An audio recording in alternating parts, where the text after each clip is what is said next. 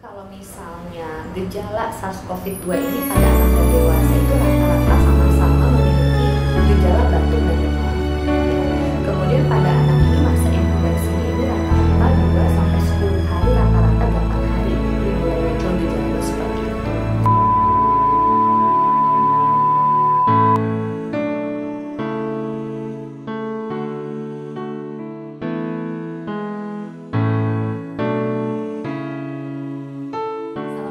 Warahmatullahi wabarakatuh. Salam sejahtera untuk kita semua. Halo, apa kabar semuanya? Semoga kita semua dalam keadaan sehat walafiat. Terima kasih sudah terus menyaksikan acara-acara yang diselenggarakan oleh Institut Kesehatan Raja Wali Bandung. Seminar-seminar kami, webinar, talk show, dan kemudian podcast kita hari ini. Podcast kita hari ini mengangkat tema tentang COVID-19 terutama pada anak, dan podcast kita hari ini diselenggarakan dalam rangka kuliah kerja nyata tematik Kemendikbud dengan tema COVID-19.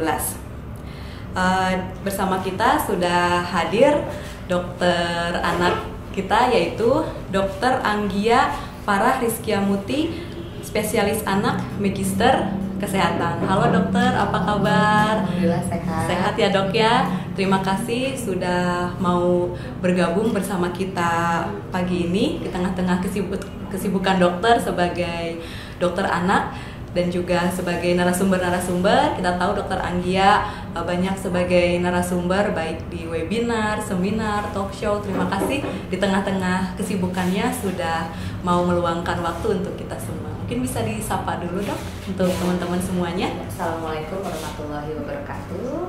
Ya, saya Dr. Anggia Farah Rizkia Muti. Semoga semuanya sehat-sehat selalu ya.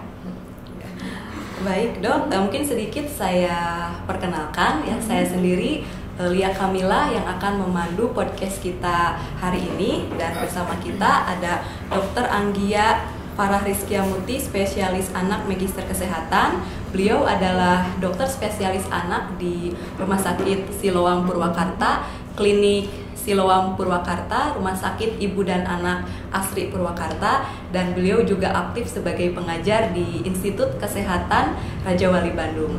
Dan beliau juga selain sebagai dokter di klinik, tadi aktif juga sebagai narasumber di berbagai acara ya dok ya. Baik dok, tema kita hari ini adalah mengenai COVID-19 terutama pada anak ya dok ya.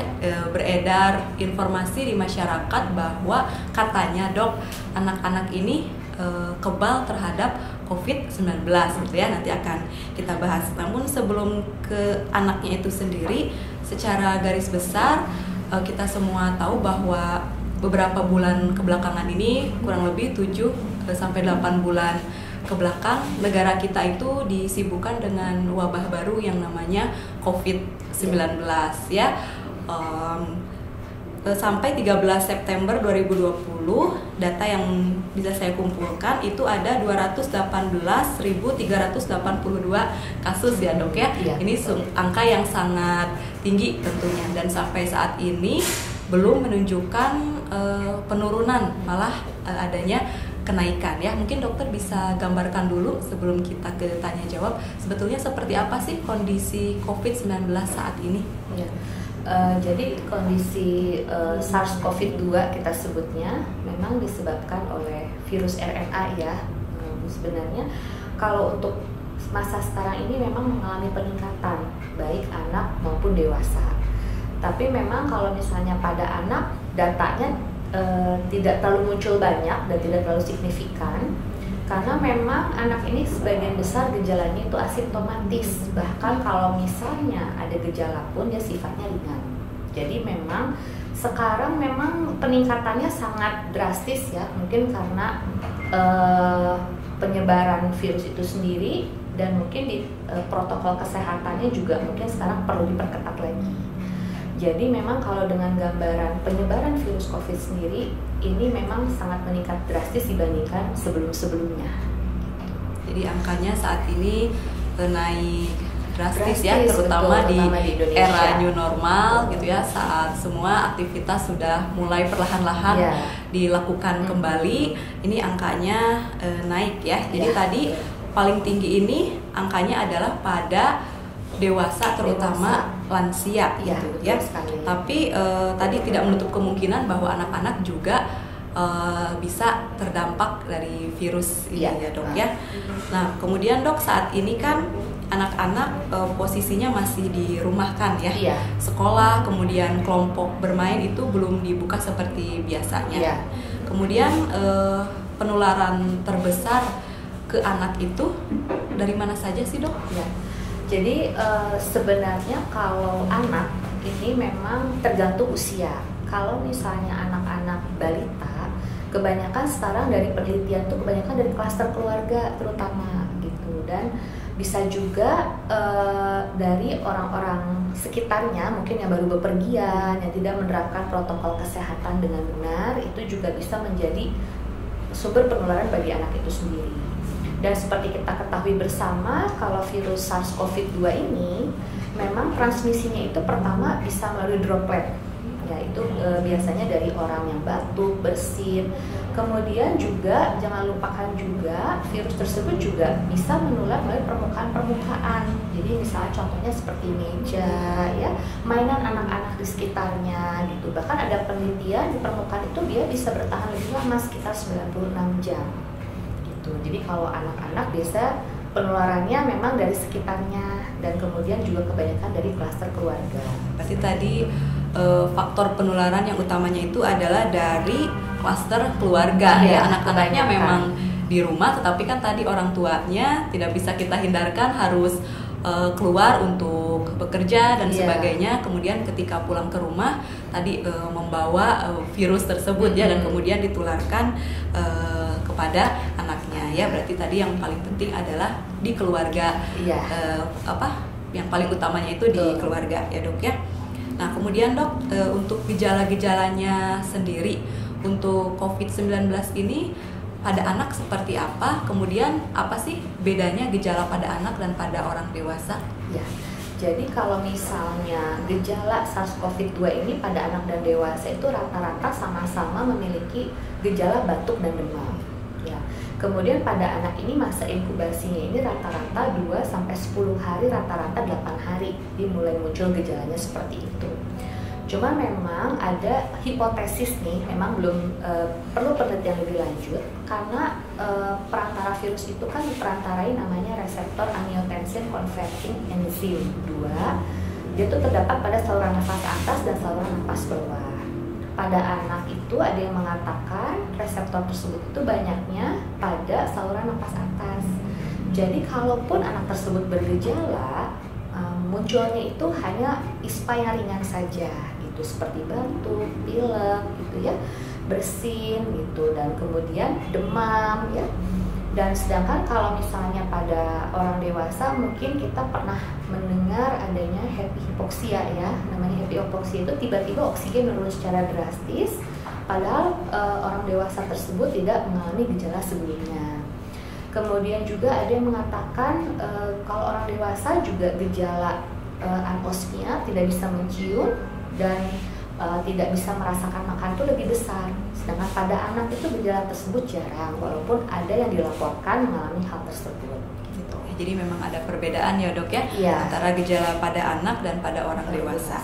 Nah untuk dokter sendiri, apakah ada pengalaman misalnya ketika menangani anak dengan COVID-19 ini?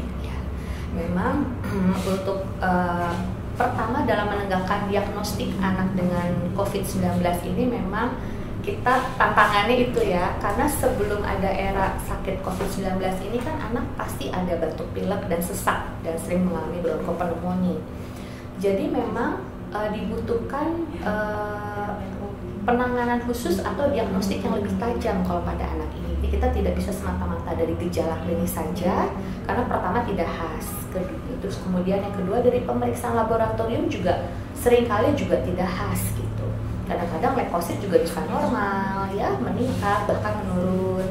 Dari ronsen dada sendiri juga bisa normal gitu ya. Mau lebih detail baiknya CT scan gitu.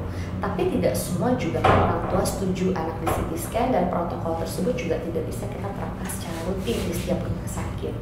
Jadi memang untuk kondisi pasien anak kita tegakkan COVID-19 ini berdasarkan anamnesis yang akurat. Misalnya ada nggak yang satu rumah yang baru pulang dari daerah endemis atau zona merah 14 hari sebelumnya gitu.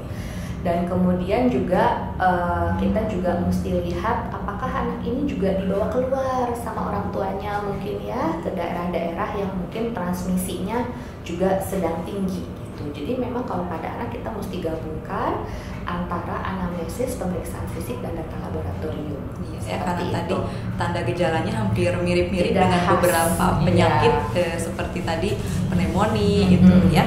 Untuk angka mortalitasnya sendiri pada anak tinggi tidak dok COVID ini? Kalau sebenarnya ini data didapatkan referensi dari luar negeri.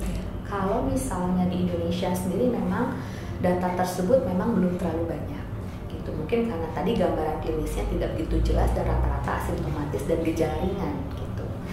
Nah kalau misalnya dari data sendiri untuk pasien anak rata-rata memang kalau misalnya yang berat itu sendiri hanya sekitar 0,5% sampai 5% gitu. Itu yang membutuhkan perawatan ICU gitu. Dan bahkan biasanya kalau anak tersebut mortalitasnya itu tinggi karena anak ini punya penyakit penyerta. Misalnya ada jantung bawaan, ya, malnutrisi berat, terus kemudian anak tersebut juga mungkin ada imunodefisiensi, salah satunya mungkin sedang terapi imunosupresan jangka lama, atau misalnya salah satunya sedang kemoterapi. Jadi yang memperberat itu komorbid, ya penyakit bawaannya ya, penyakit penyertanya. Ya. Nah tadi dokter katakan bahwa salah satu cirinya itu adalah demam ya. Iya. Nah, bagaimana nih para orang tua bisa membedakan antara demam karena COVID dengan demam karena penyakit yang lainnya? Iya. Memang agak sulit ya. Jadi memang sebenarnya kalau COVID ini kan sebenarnya virus. Jadi mungkin pada saat awal nih gejalanya mirip-mirip dengan virus lainnya gitu. Jadi bisa dari grading demam tinggi sampai demam ringan sampai demam yang tinggi. Tapi kembali lagi ke sistem imun anak tersebut. Karena manifestasi klinisnya juga bisa bervariasi, walaupun memang ada yang dilaporkan demamnya tuh tidak lebih dari 38 derajat katanya. Tapi memang kembali lagi ke kerentanan tubuh anak tersebut, jadi memang agak sulit ya, harus perlu pemeriksaan lain. Iya, gitu ya. Nah dok, saat pasca pandemi seperti ini gitu ya, ketika anak mengalami demam itu pasti orang tua akan panik, bahkan paniknya mungkin dua kali lipat saat kita tidak sedang pandemi ya, karena sekarang anak sedikit-sedikit demam orang tua akan was-was, wah jangan-jangan anak saya COVID gitu ya. Sementara ada beberapa orang tua yang masih enggan untuk membawa anaknya keluar rumah gitu ya, bahkan untuk ke fasilitas kesehatan. Ada tidak dok tips dari dokter untuk penanganan awal di rumah ketika anak mengalami demam, dan kapan sih anak ini harus betul-betul dibawa ke fasilitas kesehatan? Iya. Jadi ini mungkin demam secara umum dulu. Jadi kalau misalnya demam pertama modal awal orang tua harus punya termometer. Ya, karena memang bisa saja orang tua meraba kulit anak tersebut, oh kayaknya anget nih gitu. Ternyata pada saat diukur suhunya masih di bawah 37,5. Nah, suhu normal anak kan 36,5 sampai 37,5. Kalau misalnya sudah di atas 37,5 tapi masih di bawah 38, masih bisa anak tersebut dikompres hangat dulu aja. Nah, tapi kalau misalnya anak tersebut cenderung rewel, boleh langsung diberikan obat penurun demam yang sudah tentunya dikonsultasikan terlebih dahulu jenis dan dosisnya gitu. Nah, kalau misalnya ternyata dalam 1-2 hari anak tersebut sulit minum, harus langsung cepat dibawa ke rumah sakit karena itu merupakan salah satu tanda gawat darurat. Tapi kalau misalnya anak tersebut masih aktif ya, jadi hanya suhu saja yang naik turun, bisa ditunggu minimal 2-3 hari. Oh, seperti itu ya. Jadi tadi yang utamanya orang tua di rumah harus menyediakan termometer ya, karena tidak cukup hanya dengan dipegang kemudian merasa badannya hangat kemudian itu dianggap demam ya. Jadi tetap harus ada termometer ya dok ya. Tadi suhu normalnya adalah 36,5 sampai 37,5 ya. Baik, kemudian dok pernah mendengar istilah multisystem inflammatory syndrome in children atau MISI. Nah, hubungannya dengan infeksi virus COVID pada anak itu seperti apa, Dok? Nah, sebenarnya kalau sindroma multisystem inflammatory ini itu pertama kali dilaporkan sebenarnya di Eropa dan Amerika. Di kita sendiri belum ada dan belum ada data yang dilaporkan. Jadi, kondisi tersebut merupakan kondisi terberat dari COVID-19 pada anak. Jadi ini sistem imunnya itu benar-benar sangat sangat reaktif sehingga menyerang organ-organ di sekitarnya. Jadi gejala klinisnya ini bisa menyerang 5 organ. Jadi klasifikasi WHO itu menggambarkan kalau misalnya anak ini berusia 0 bulan sampai 19 tahun terus mengalami demam lebih dari 3 hari, terus ada gejala-gejala pertama misalnya yang menyerang ke susunan saraf pusat, anak tersebut ada kejang ya, terus juga ada sakit kepala bahkan penurunan kesadaran, terus yang kedua ke kulit. Ya, ke kulit itu bisa konjungtivitis, bahkan strawberry tongue gitu ya. Kemudian yang ketiga ke pencernaan, mencret, muntah, ya gejala gastrointestinal atau pencernaan. Kemudian yang keempat nyeri dada, sesak nafas karena menyerang kardiopulmonal, dan yang kelima yang paling sering kita temukan ya demam, terus juga tanda-tanda shock, misalnya tekanan darah turun, nadinya cepat, anak gelisah. Itu kita harus curiga bahwa mungkin anak tersebut sudah mengalami sindroma yang sepsis berat, fase terberat dari COVID ini. Yang MISI tadi ya. Cuman memang kita harus tekankan tidak ada keterlibatan bakteri lain, penyebab yang disebabkan oleh bakteri lain, dan anak tersebut juga kita memang harus pastikan memang berhubungan dengan sakit COVID-19. Jadi dibuktikan dengan swab ya, atau misalnya memang tinggal di daerah endemis yang zona merah seperti itu. Ya. Jadi si MISI itu merupakan tahapan paling parah dari COVID-19 ya. Nah, kemudian Dok, kalau di rumah sakit sendiri penanganan COVID untuk anak itu apakah sama dengan dewasa? Seperti apa sih perawatan di rumah sakitnya itu? Tadi apakah kalau anak COVID-19 kemudian diharuskan isolasi di rumah sakit, apakah boleh ditunggu dan sebagainya, itu seperti apa, Dok? Jadi memang kalau secara gejala tadi memang sudah bisa kita bedakan, tapi kalau misalnya secara perawatan memang hampir sama dengan orang dewasa. Jadi kalau misalnya anak tersebut di rumah kita curiga nih anak ini kemungkinan besar mengarah ke COVID-19.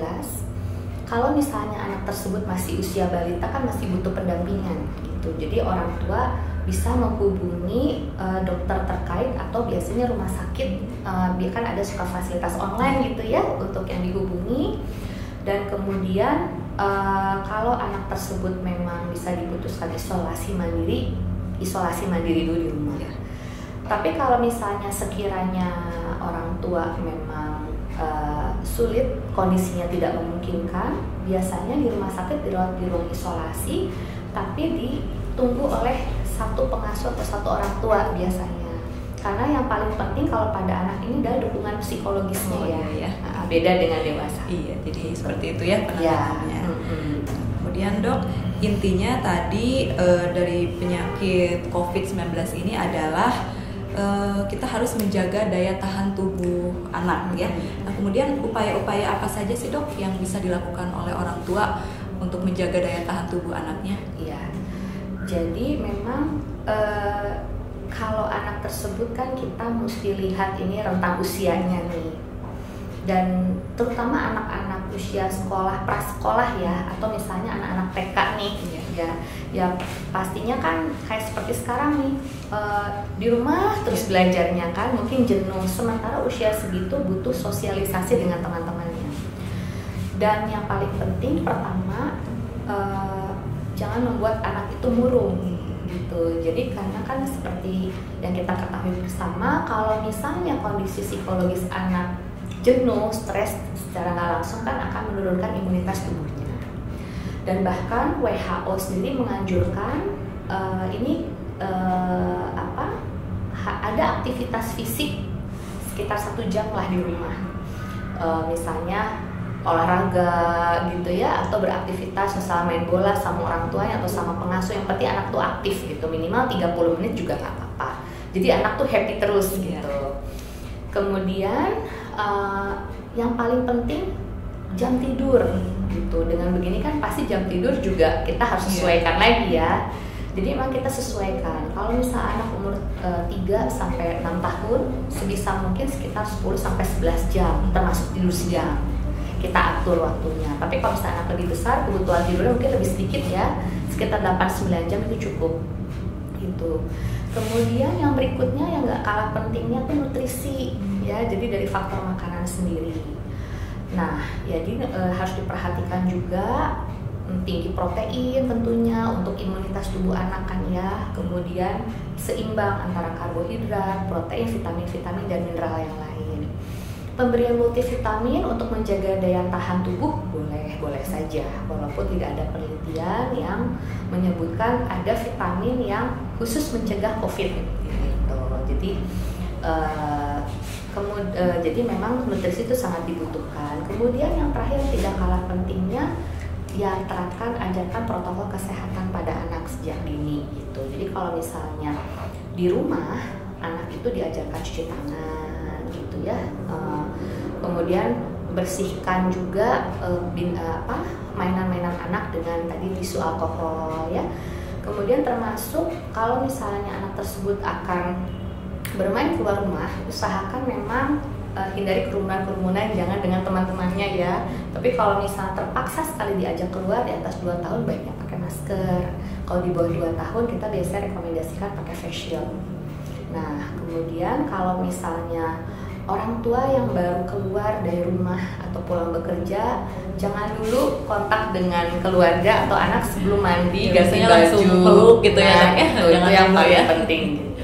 Iya, jadi tadi yang pertama itu adalah nutrisi yang harus dijaga, kemudian pola tidurnya, pola aktivitas, dan tadi anak ini jangan sampai stres ya, karena selama anak di rumah ini kan pasti banyak tugas-tugas dari sekolah yang mungkin membuat ibu dan anaknya stres. Nah itu juga harus dihindari ya dok ya, untuk menjaga daya tahan tubuh anaknya gitu ya. Nah selain tadi dok, ketika orang tua datang dari tempat kerja harus mungkin cuci tangan dulu atau mandi dulu, perilaku-perilaku apa lagi yang harus dihindari oleh orang tua? Ya, memang sebenarnya kalau untuk orang tua sendiri yang tadi itu ya yang paling penting, jadi protokol kesehatan ajarkan, kemudian juga jangan langsung menyentuh anak sebelum ganti baju, mandi dan sebagainya. Kemudian mungkin yang paling tidak kalah pentingnya adalah kalau misalnya ada anak kita vaksinasinya udah lengkap atau belum. Jadi imunisasinya juga harus kita lengkapi gitu. Ya. Tadi dok ngomong-ngomong soal imunisasi ya. Saat ini kan vaksin COVID-19 ini sedang melewati tahap uji coba gitu ya. Nah sambil menunggu vaksin tersebut ada, imunisasi apa saja dok yang harus didapatkan oleh seorang anak untuk menjaga kekebalan tubuhnya? Sebenarnya kalau untuk era pandemi seperti ini diusahakan vaksin-vaksin yang belum kelar gitu ya dilengkapi gitu. Jadi memang jangan ragu untuk menghubungi pusat fasilitas kesehatan atau minimal konsultasikan dulu ke dokter ya kan, apalagi sekarang ada vaksin drive-thru ya, vaksin drive-thru mengenai vaksin apa saja yang harus dilengkapi. Sebenarnya kalau dulu diinfokan boleh penundaan 2 minggu sampai 1 bulan, vaksin tidak jadi masalah. Tapi alangkah lebih baiknya lebih cepat lebih baik, karena memang vaksin ini sendiri kan akan berperan mengaktifkan imunitas anak gitu. Jadi bersihan virus-virus itu, jadi dia akan menjaga imunitas anak itu aktif terus. Nah, cuman memang ada penelitian yang memang diutamakan itu vaksin influenza ya. Kemudian Haemophilus influenza B itu yang biasa terdapat pada vaksin-vaksin combo ya, di usia 2 bulan, 3 bulan, 4 bulan, dan 18 bulan. Tapi pada prinsipnya semua imunisasi tetap harus dilengkapi. Tuh ya, karena kan kemarin saat pandemi ini ada sempat ditunda dok ya imunisasi ini. Nah sekarang saat era new normal, untuk para orang tua yang kemarin sempat tertunda imunisasi anaknya untuk segera dilengkapi dok ya, baik yang Kalau yang wajib itu pasti harus ya, wajib, mungkin ya. ditambah imunisasi anjuran ya dok ya. Nah kemudian kita juga jangan lupa bahwa memang COVID ini berbahaya ya, tapi kan penyakit lain juga banyak yang mengintai anak yang berbahaya seperti TBC, kemudian tadi influenza, difteri, pertusis, tetanus, yang semua itu memerlukan imunisasi gitu ya. Oke, jadi jangan hanya tadi terlena dengan COVID sementara penyakit-penyakit lain yang berbahaya dilupakan gitu ya. Jadi imunisasi tetap harus dilengkapi ya dok ya. Nah, kemudian dok tadi ngomong-ngomong soal masker ya, kan salah satu pencegahan COVID-19 ini dengan menggunakan masker. Nah, untuk bisa dijelaskan dok aturan pemakaian masker pada anak? Ya, jadi memang kita lihat rentang usia anak ya. Jadi memang ada statement yang berbeda antara WHO, CDC dan Ikatan Dokter Anak Indonesia. Kalau misalnya dari statement di luar itu mengatakan di atas 12 tahun yang wajib pakai masker gitu. Tapi kalau misalnya di Indonesia sendiri, Ikatan Dokter Anak Indonesia mewajibkan anak di atas 2 tahun menggunakan masker. Kalau di bawah usia 2 tahun menggunakan face shield. Tapi memang di rentang antara usia 2 tahun sampai anak usia prasekolah, seringkali anak tersebut kan belum paham nih pemakaian masker yang benar, kemudian esensi masker ini untuk seperti apa gitu, bahkan mereka sering tidak nyaman, jadi sering buka-buka ini ya, sering menyentuh wajah, padahal itu sebenarnya bisa potensi untuk mentransmisikan virus COVID ini gitu. Jadi kalau misalnya untuk anak prasekolah yang kita tekankan dalam artian mungkin anak-anak TK gitu ya, kita harus edukasikan ke orang tua, jadi masker tersebut dalam pengawasan guru atau orang tua. Nah kemudian untuk di bawah 2 tahun, kenapa tidak boleh menggunakan masker? Pada anak di usia di bawah 2 tahun, saluran pernafasan anaknya itu masih relatif lebih kecil. Jadi kalau misalnya dia tidak nyaman atau anak tersebut juga tidak bisa mengekspresikan apa yang dia rasakan, jangan sampai nanti penggunaan masker malah menutup saluran napasnya dia, terus terjadi sesak gitu ya.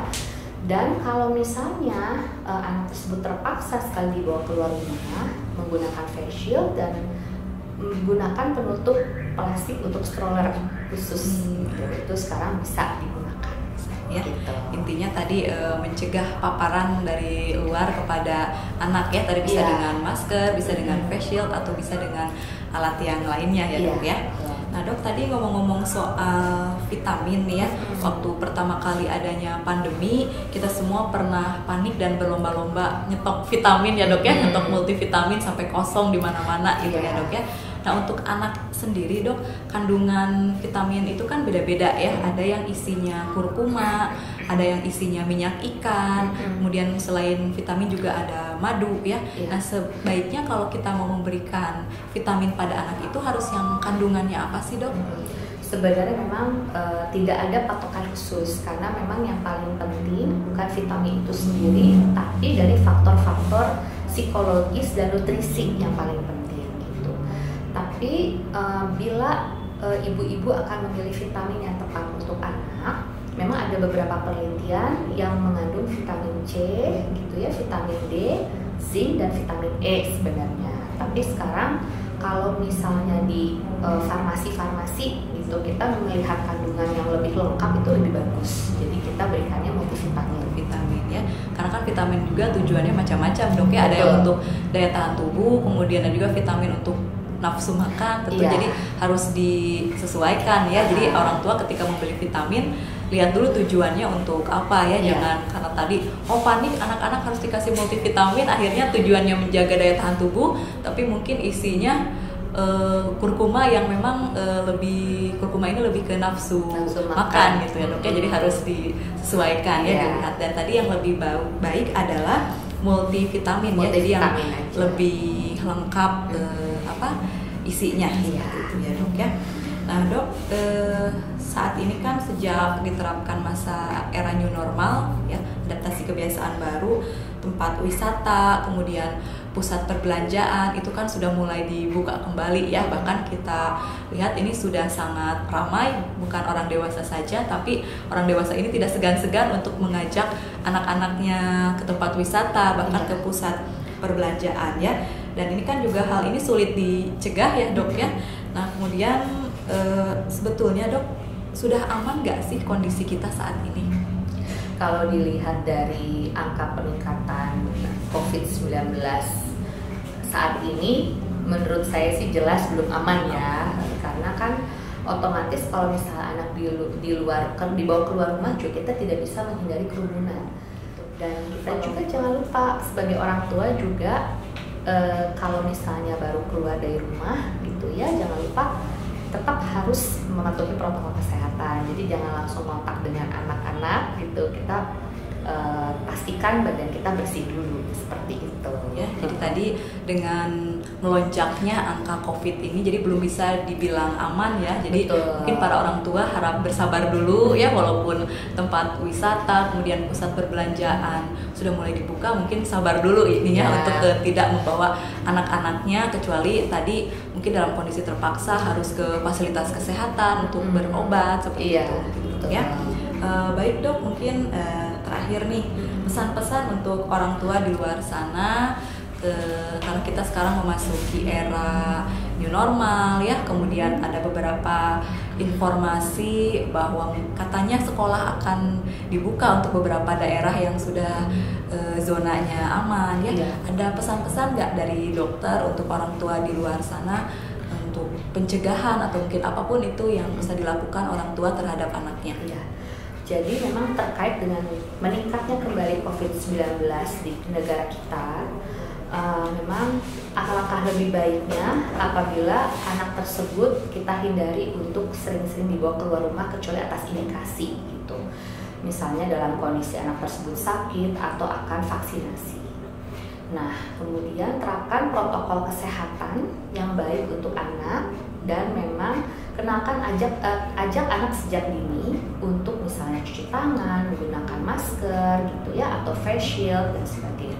Oke, itu dia tadi ya bincang-bincang menarik kita dengan dokter anak, dokter Anggia ya. Mungkin bisa saya simpulkan dok bahwa memang angka kejadian COVID-19 ini lebih banyak menyerang pada dewasa dan lansia ya. Namun bukan berarti dia tidak menyerang pada anak-anak, hanya mungkin tadi angka infeksinya lebih kecil daripada dewasa dan anak ya, sehingga tetap orang tua juga harus waspada ya, karena situasi saat ini angkanya semakin tinggi, sebetulnya belum aman gitu ya dok ya, bisa dibilang belum aman ya.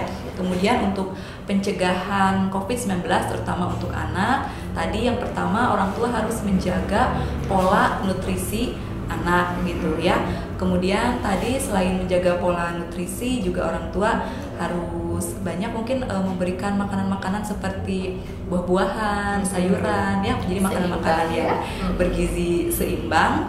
Kemudian juga menerapkan tadi mengajak anak untuk beraktivitas ya, misalnya tadi seperti bermain bola atau berolahraga kecil gitu ya, untuk meningkatkan imunitasnya. Kemudian juga tadi mengajarkan anak perilaku-perilaku baik seperti mencuci tangan dengan sabun dan air mengalir ya selama minimal 30 detik ya. Kemudian apabila tadi anak terpaksa harus keluar rumah, jangan lupa tetap terapkan protokol kesehatan seperti menjaga jarak, kemudian menggunakan masker, dan juga tadi mencuci tangan sebelum dan sesudah bepergian dari luar seperti itu ya. Kemudian tadi untuk multivitamin boleh ya dok ya, cuma tadi dilihat kebutuhannya untuk apa, dan kemudian jenisnya lebih baik kita memilih yang multivitamin ya, seperti itu ya dok ya. Ada lagi tambahan mungkin dok? Mungkin itu saja cukup ya, nanti mungkin di lain kesempatan kita akan bisa bahas, atau mungkin boleh chat dokter langsung. Ya boleh nanti ke Instagramnya dokter ya. Instagramnya apa dok? Instagram saya Dr. Anggia Farah. Dr. Anggia Farah ya, nanti mungkin bisa chat langsung terkait hal-hal yang berhubungan dengan COVID-19. Nggak apa-apa ya dok ya? Boleh ya dok ya. Iya dok. Sekali lagi dok, saya ucapkan terima kasih atas kesediaan dokter untuk berbagi informasi dan ilmu dengan kita pada kali ini. Mudah-mudahan apa yang sudah kita bahas tadi bisa bermanfaat ya dok ya, terutama untuk orang tua di luar sana yang khawatir dengan adanya COVID-19 ini. Dan tentunya kita semua berdoa mudah-mudahan COVID-19 ini segera berlalu ya dok ya, karena kita sudah kangen juga dok dengan canda tawa anak-anak di sekolah, di tempat bermain, seperti itu sudah kangen ya dok ya. Seperti itu, mudah-mudahan cepat berlalu ya dok ya. Baik, itu dia tadi pembahasan kita tentang benarkah bahwa anak-anak kebal terhadap COVID-19.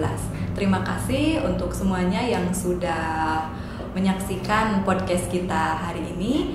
Saya Lia Kamila dan juga Dr. Anggia Farah Rizkia Muti undur diri. Terima kasih atas perhatiannya. Saya akhiri. Assalamualaikum warahmatullahi wabarakatuh.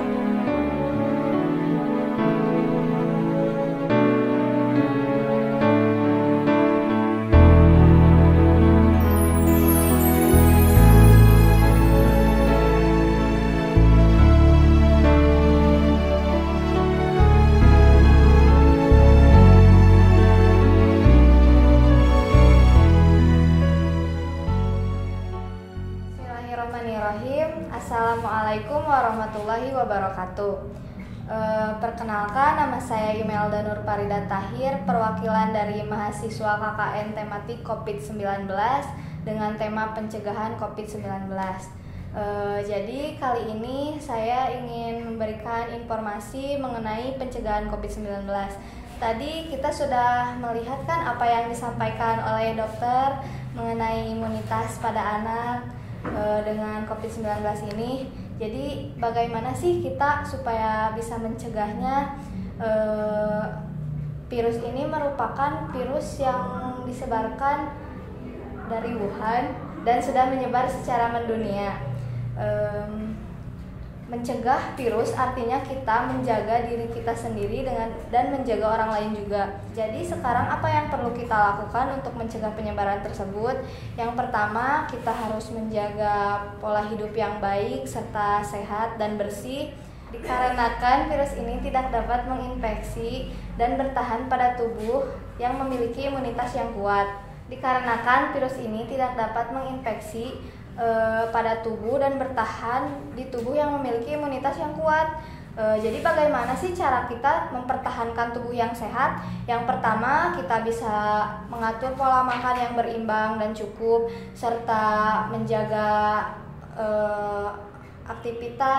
mengatur aktivitas fisik kira-kira sekitar 30 menit sehari, dan mengurangi stres, juga istirahat yang baik, dapat mengkonsumsi vitamin C, D, dan seng serta probiotik untuk meningkatkan imunitas. Yang kedua, melakukan physical distancing artinya kita menjaga jarak aman minimal 2 meter dengan orang lain, apalagi saat kita keluar di tempat umum. Dan jangan lupa jangan berinteraksi atau berkontak fisik langsung dengan keluarga yang baru saja melakukan aktivitas pulang kampung atau mudik, dikarenakan kita juga tidak tahu jika keluarga tersebut menjadi carrier atau OTG, orang tanpa gejala, apalagi jika mereka datang ke tempat populasi yang rentan akan virus. Yang ketiga, kita bisa menggunakan masker dengan baik dan benar. Cara menggunakan masker yang baik dan benar, kita harus menutupi hidung dan mulut secara keseluruhan, karena penyebaran virus ini melalui droplet atau bisa disebut juga percikan cairan yang keluar karena batuk dan bersin. Masyarakat dapat menggunakan masker bedah ataupun masker kain. Jika masker N95 ini untuk tenaga medis, disarankan untuk masyarakat menggunakan masker kain saja. Dan ada beberapa tips untuk mencuci masker kain. Yang pertama, bisa disiapkan air hangat dengan deterjen, lalu rendam masker kain selama 10 menit. Setelah itu kucek dengan lembut dan bilas di air mengalir, lalu keringkan secara langsung di bawah sinar matahari setrika, lipat dan simpan di tempat yang bersih, maka masker kain dapat dipakai kembali. Yang keempat, mencuci tangan dengan air mengalir dan sabun. Masker memang dapat melindungi kita dari droplet yang berterbangan. Namun masker tidak dapat melindungi kita dari droplet yang menempel di permukaan. Maka dari itu rajinlah bercuci tangan dengan baik dan benar, karena bisa saja kita tidak sengaja menyentuh permukaan yang terkena virus dan memegang area muka, mata, hidung, dan mulut. Hindari sebelum kita mencuci tangan menggunakan sabun dan air mengalir, karena kombinasi ini juga sangat baik untuk menghanyutkan dan melarutkan lemak pembungkus virus SARS-CoV-2.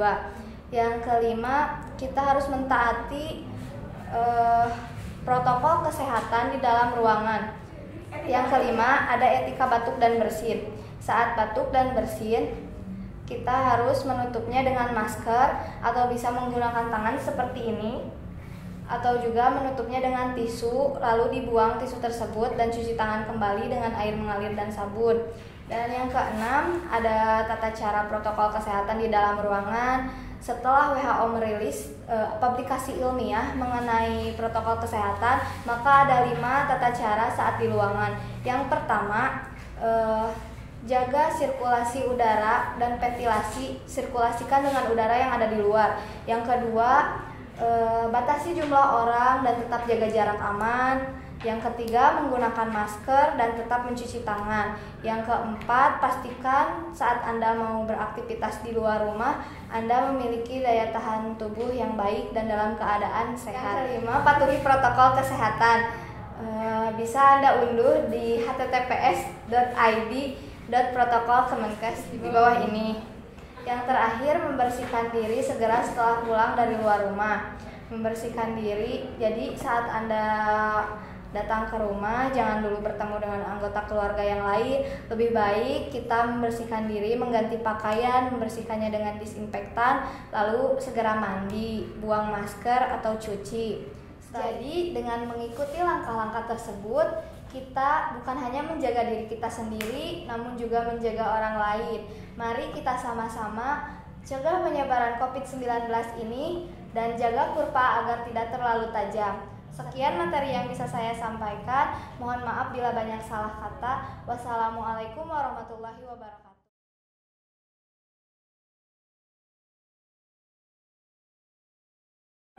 Halo teman-teman, tahu gak sih apa itu COVID-19? COVID-19 merupakan penyakit menular yang disebabkan oleh jenis coronavirus baru yang ditemukan pertama kali di Wuhan pada akhir 2019.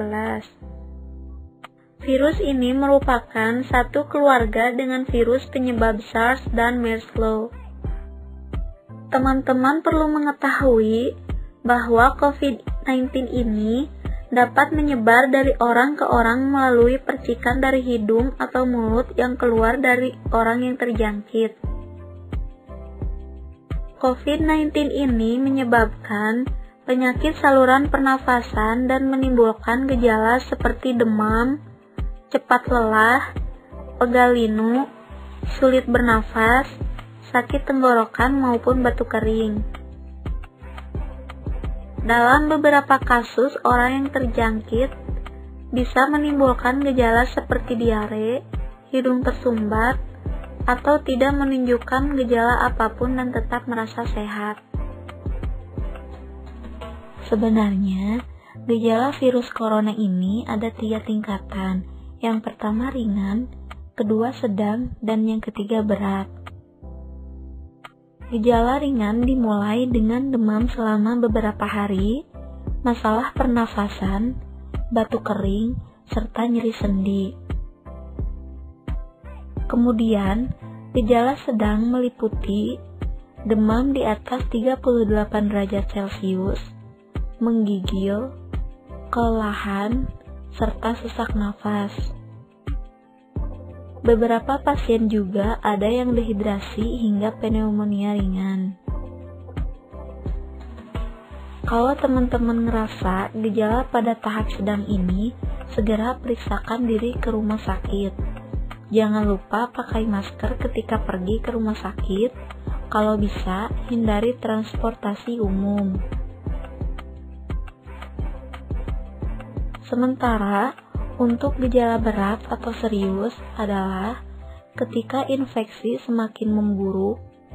Nah, di tahap ini, virus mulai memasuki sel paru-paru dan mulai mereplikasi dan membunuh sel-sel sehat. Pasien di tahap ini bisa mengalami stroke, gagal jantung, gagal pernafasan, gagal ginjal, gagal organ tubuh lain, hingga mengalami kematian. Terima kasih buat teman-teman semua yang telah menyaksikan video ini sampai selesai. Semoga bermanfaat.